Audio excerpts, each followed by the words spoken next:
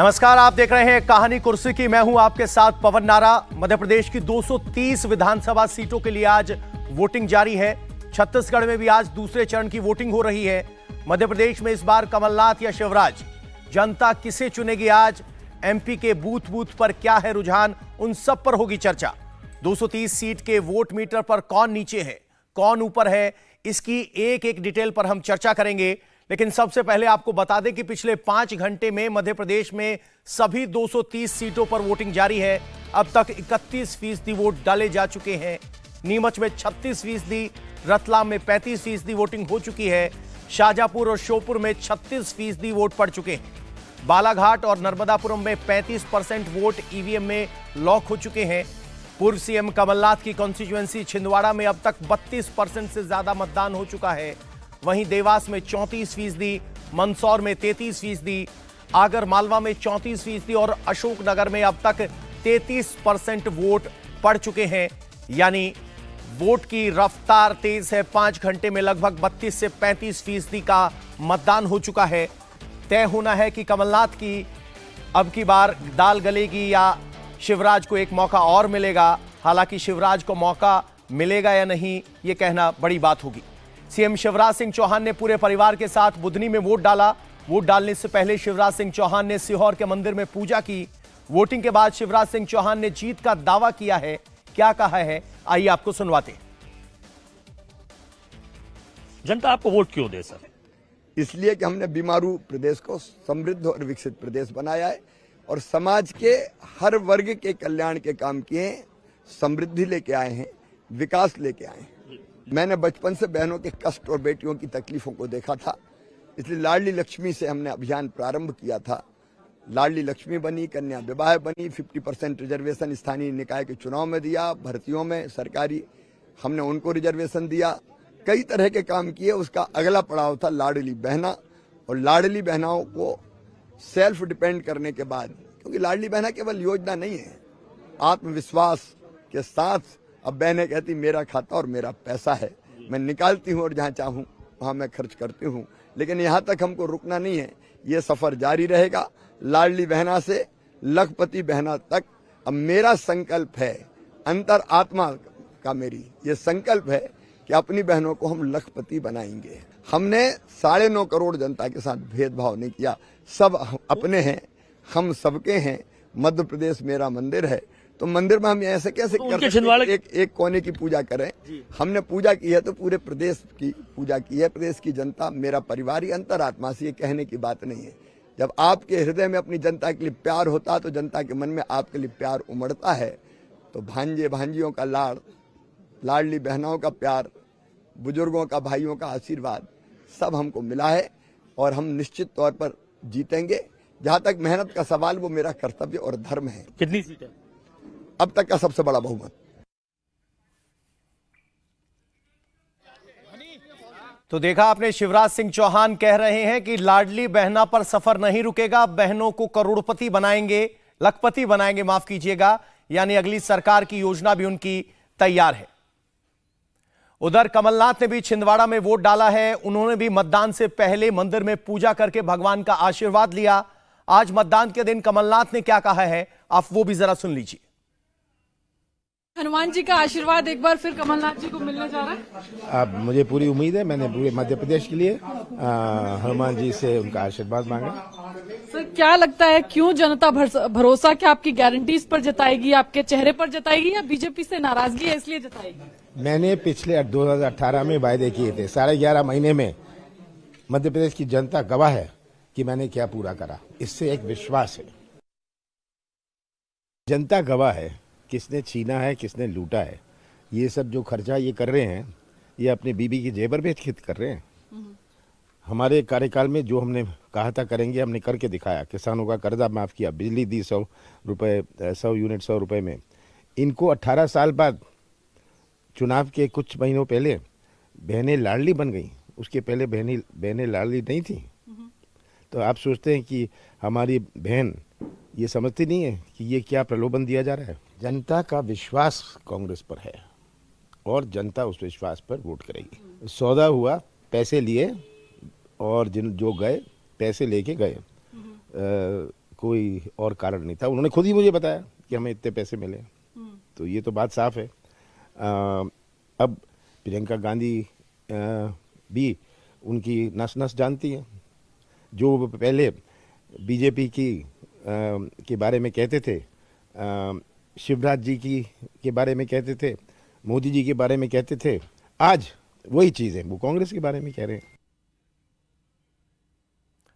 तो दोनों नेताओं के बयान आपने सुने। हमारे सहयोगी हमारे साथ जुड़ गए हैं। अनुराग अमिताभ बुधनी से हैं, विजय लक्ष्मी छिंदवाड़ा से हैं, शोएब रजा पाटन से हैं। इसके अलावा हमारे एक्सपर्ट स्टूडियो में हैं, समीर चौगांवकर जी हैं और आरती टिक्कू जी हैं। आज दोनों के दावे आपने सुन लिए। समीर चौगांवकर जी, आपसे शुरुआत करते हैं। आज वो दिन है जब मध्य प्रदेश की जनता 230 सीटों पर तय कर रही है कि किसकी सीट होगी। किसका आत्मविश्वास ज्यादा लग रहा है आपको? बिल्कुल, आज मध्य प्रदेश की 230 सीटों और छत्तीसगढ़ की बची हुई 70 सीटों, मतलब टोटल 300 सीटों पर आज मतदान हो रहा है। और जहां मध्य प्रदेश की बात है कि वहां पूरे एक फेज के अंदर आज मतदान होने जा रहा है। मुझे लग रहा है जनता जिस हिसाब से मतदान करने बाहर निकल रही है, इस बार बहुत अच्छा प्रतिशत होगा मतदान का। देखिए 2018 के अंदर 75.60% मतदान हुआ था पूरे मध्य प्रदेश में, और देश में आज़ादी के बाद सबसे बड़ा मतदान मध्य प्रदेश में पिछले 2018 के चुनाव में हुआ था। मुझे लग रहा है अब इस बार जो जनता मतदान करने निकल रही है, इस बार 78-80% के करीब जाएगा मतदान। और दोनों पार्टी अपनी जीत का दावा कर रही है। जनता बहुत शांत है, अंडर करंट है। जनता किसको वोट देगी, कौन सरकार बनाएगा, ये 3 दिसंबर को साफ होगा। लेकिन ये तय है कि मुकाबला कांटे का है। मुकाबला कांटे का है। अभी तक 35% के आसपास की वोटिंग हो चुकी है। आरती जी, समीर जी कह रहे हैं कि 80% तक जाएगी। तो विश्लेषक के तौर पर ये 5% का जो नफा है वोटर्स का, वो किसका नुकसान बनेगा? देखिए, ये कहना तो मुश्किल है कि किसका नफा होगा, किसका नुकसान होगा। लेकिन ये ज़रूर है कि दोनों स्टेट्स में इनफैक्ट डिफरेंट ट्रेंड्स है। हमें जिस तरह से हमने देखा कैंपेनिंग जो चल रही है, जिस तरह से हमने देखा कि ये स्टेट असेंबली इलेक्शंस होने के बावजूद इसको प्रोजेक्ट किया गया है कि ये नेशनल लेवल का जो चला, प्राइम मिनिस्टर मोदी एक तरफ, राहुल गांधी दूसरी तरफ, तो कहीं ना कहीं दोनों तरफ से कहीं ना कहीं घबराहट है। कांग्रेस में भी है और बीजेपी में भी है। भूपेश बघेल पे इल्ज़ाम लगाए गए करप्शन के। हमने देखा शिवराज सिंह चौहान और कमलनाथ जी की काफ़ी टक्कर है। और जबकि ये भी कहा जाता है कि जो शिंदे जी है, जो कांग्रेस से निकल के बीजेपी में आए, उनका क्या रोल रहेगा मध्य प्रदेश में, ये बहुत मेरे ख्याल से बहुत ही क्रिटिकल है। और ये देखना पड़ेगा कि इस इलेक्शन में जो कांग्रेस से निकल के एमपी और मंत्री है, अब उनकी क्या भूमिका रहेगी। माना जाता है कि मध्य प्रदेश में पिछली बार उनकी वजह से सरकार बनी, क्या इस बार भी उनकी वजह से शिवराज सिंह चौहान की सरकार टिकी रहेगी, ये देखना। यानी ज्योतिरादित्य सिंधिया की भूमिका अब की बार कांटे की होगी। उन्हें तय करना होगा कि उनके आने से कितना फर्क पड़ता है। अनुराग अमिताभ सीधे बुधनी से हमारे साथ जुड़ रहे हैं। अनुराग, जमीनी स्थिति क्या है? किसका बूथ मैनेजमेंट आज आपको मजबूत लग रहा है? आप जिस इलाके में हैं बुधनी में, वो शिवराज का इलाका है। भोपाल बीजेपी के लिए भोपाल के आसपास का इलाका गढ़ माना जाता है। कितना मजबूत कौन?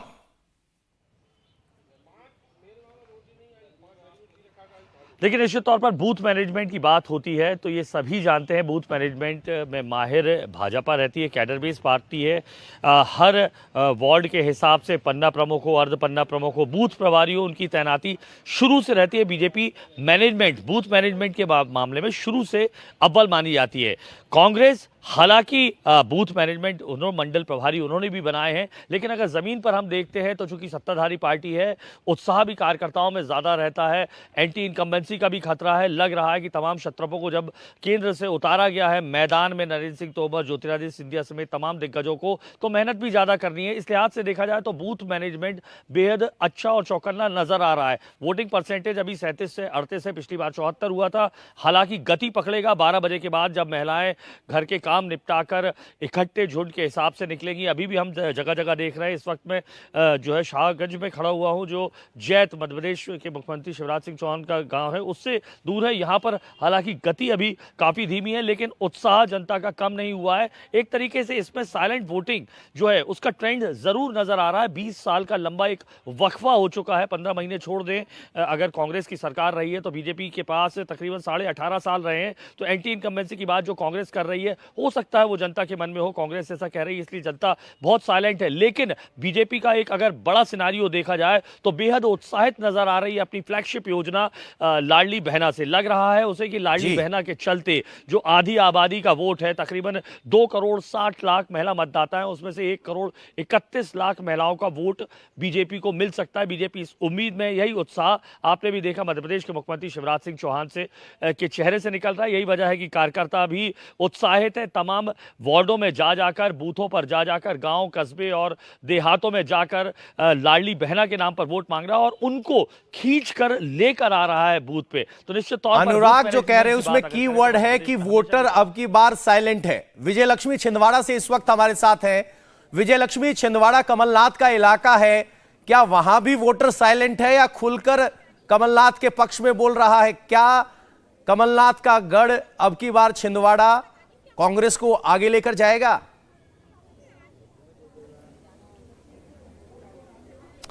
देखिए, जहां तक मध्य प्रदेश की बात है पवन, इस बार तो कोई वेव ऐसा सच नहीं लग रही है, ना प्रो इनकम्बेंट गवर्नमेंट वेव लग रही है, ना कोई ऐसी एंटी इनकम्बेंसी बहुत ज्यादा वेव लग रही है। लेकिन जिस चीज पर कांग्रेस पार्टी भरोसा कर रही है वो है फटीग का फैक्टर। कांग्रेस पार्टी को लगता है कि 18 साल का जो कार्यकाल रहा शिवराज सिंह चौहान का, वो अब जनता उससे ऊब गई है। अब जनता कुछ परिवर्तन चाहती है, कुछ नयापन चाहती है, और इसीलिए जो है कांग्रेस पार्टी को एक बार फिर से जनता, क्योंकि 2018 में कांग्रेस को मैंडेट मिला था, हालांकि वोट प्रतिशत अगर आप देखेंगे तो भारतीय जनता पार्टी का वोट प्रतिशत बीजेपी का जो है वो कांग्रेस से ज्यादा था 2018 में, लेकिन सीटें कांग्रेस को ज्यादा मिली थी।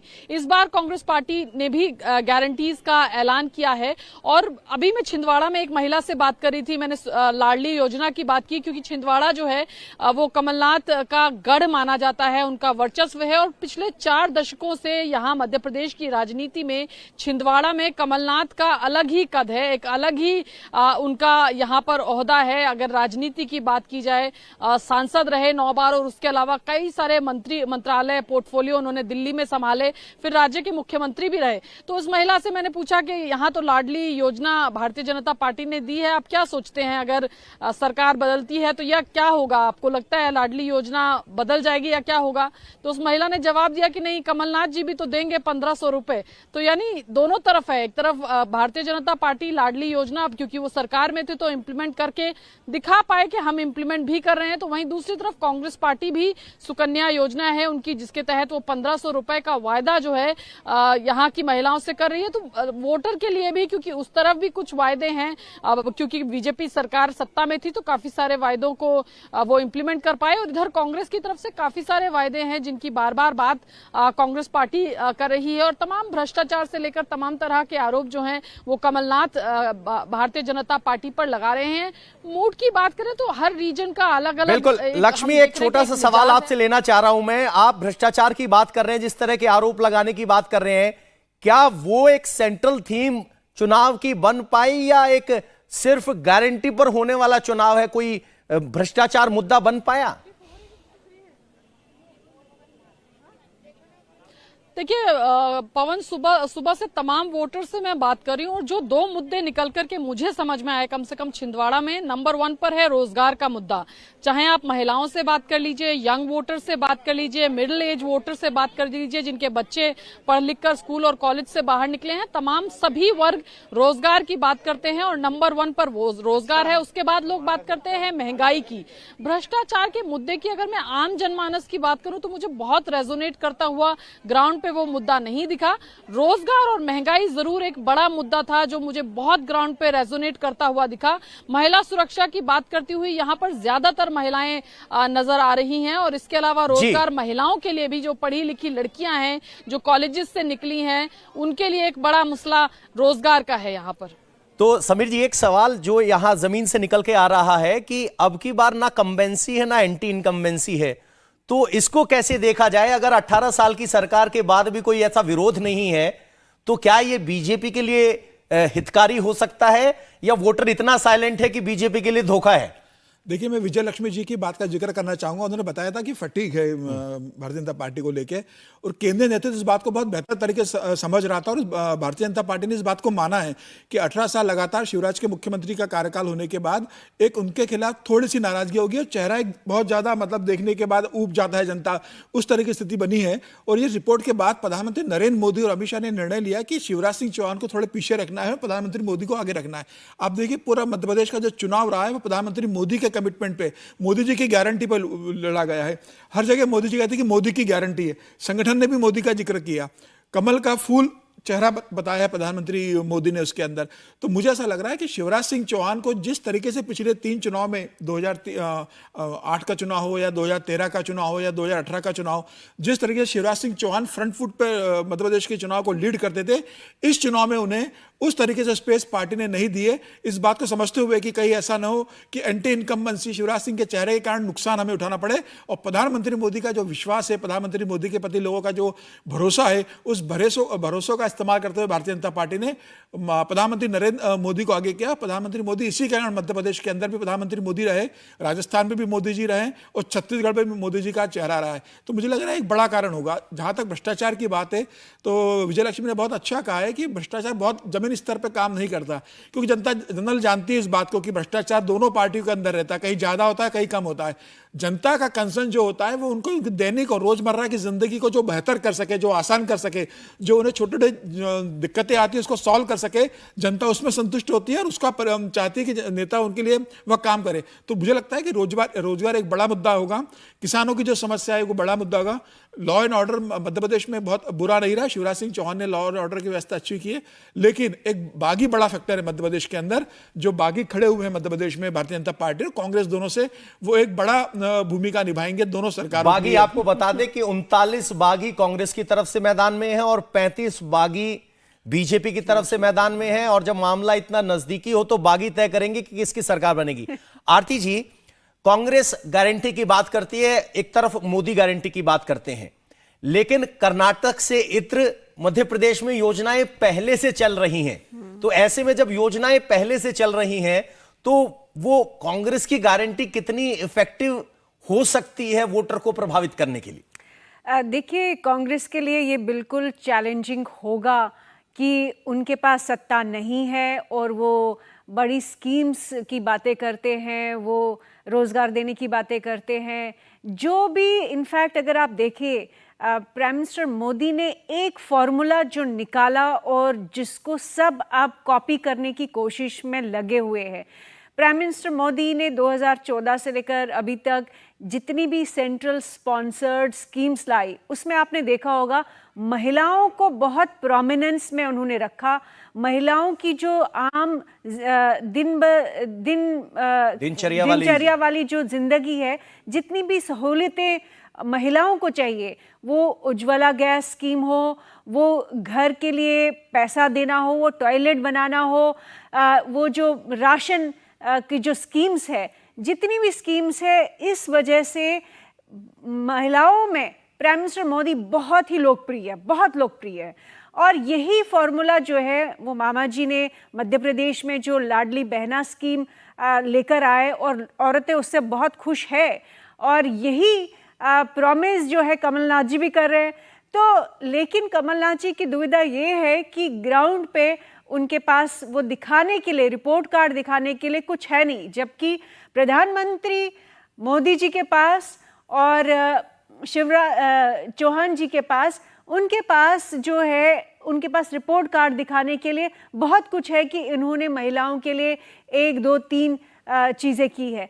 इसलिए मुझे लगता है कांग्रेस के लिए चैलेंजिंग होगा। लेकिन जो समीर जी ने अभी कहा कि ये जो फटीग वाला है, बेशक प्राइम मिनिस्टर मोदी को सामने रखा गया है, उनका चेहरा सामने रखा गया है इस इलेक्शन में, जबकि विधानसभा के चुनाव है, लेकिन लोग ये भी जानते हैं कि विधानसभा का इलेक्शन और जो पार्लियामेंट्री इलेक्शन होते हैं वो बहुत अलग होते हैं। इसका कितना असर पड़ेगा ये देखना पड़ेगा हमें इन चुनाव में। बीजेपी की रणनीति ठीक है, लेकिन क्या कितना असर पड़ेगा? हाँ। स्थानीय चुनाव में मोदी के चेहरे का कितना असर पड़ेगा? अनुराग जी, आरती जी ने एक बहुत बड़ी बात कही कि महिलाओं को रुझाने के लिए कोशिश की जा रही है। एम फैक्टर, जहां शिवराज मामा बताते हैं, वहीं कमलनाथ भी महिलाएं को ध्यान में रखकर योजनाएं आगे कर रही हैं। तो महिलाओं से आपकी बात हुई, पूरे मध्य प्रदेश में आप घूमे हैं, तो महिलाओं पर किसका असर ज्यादा दिखता है? मोदी का, शिवराज का, या फिर जो 450 में सिलेंडर है, या बाकी 1500 रुपए महीने देने की गारंटी कांग्रेस बात कर रही है?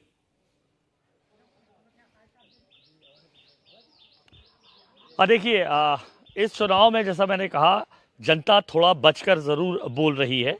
लंबा वक्फा भी हो गया है एक सरकार को यहाँ पर, लेकिन हाँ, जनता ये समझदार है। जनता को समझ में आ रहा है कि चूंकि लाडली बहना अभी 1250 है, ये खिंचकर 3000 तक जा सकती है। वहीं उसे कमलनाथ की भी उन तमाम घोषणाओं की याद है जिसमें उन्होंने कहा है 500 रुपए का सिलेंडर हो जाएगा, 1500 रुपए तक जो है वो महिलाओं की सम्मान निधि पहुंच जाएगी। योजनाएं लोगों को याद है।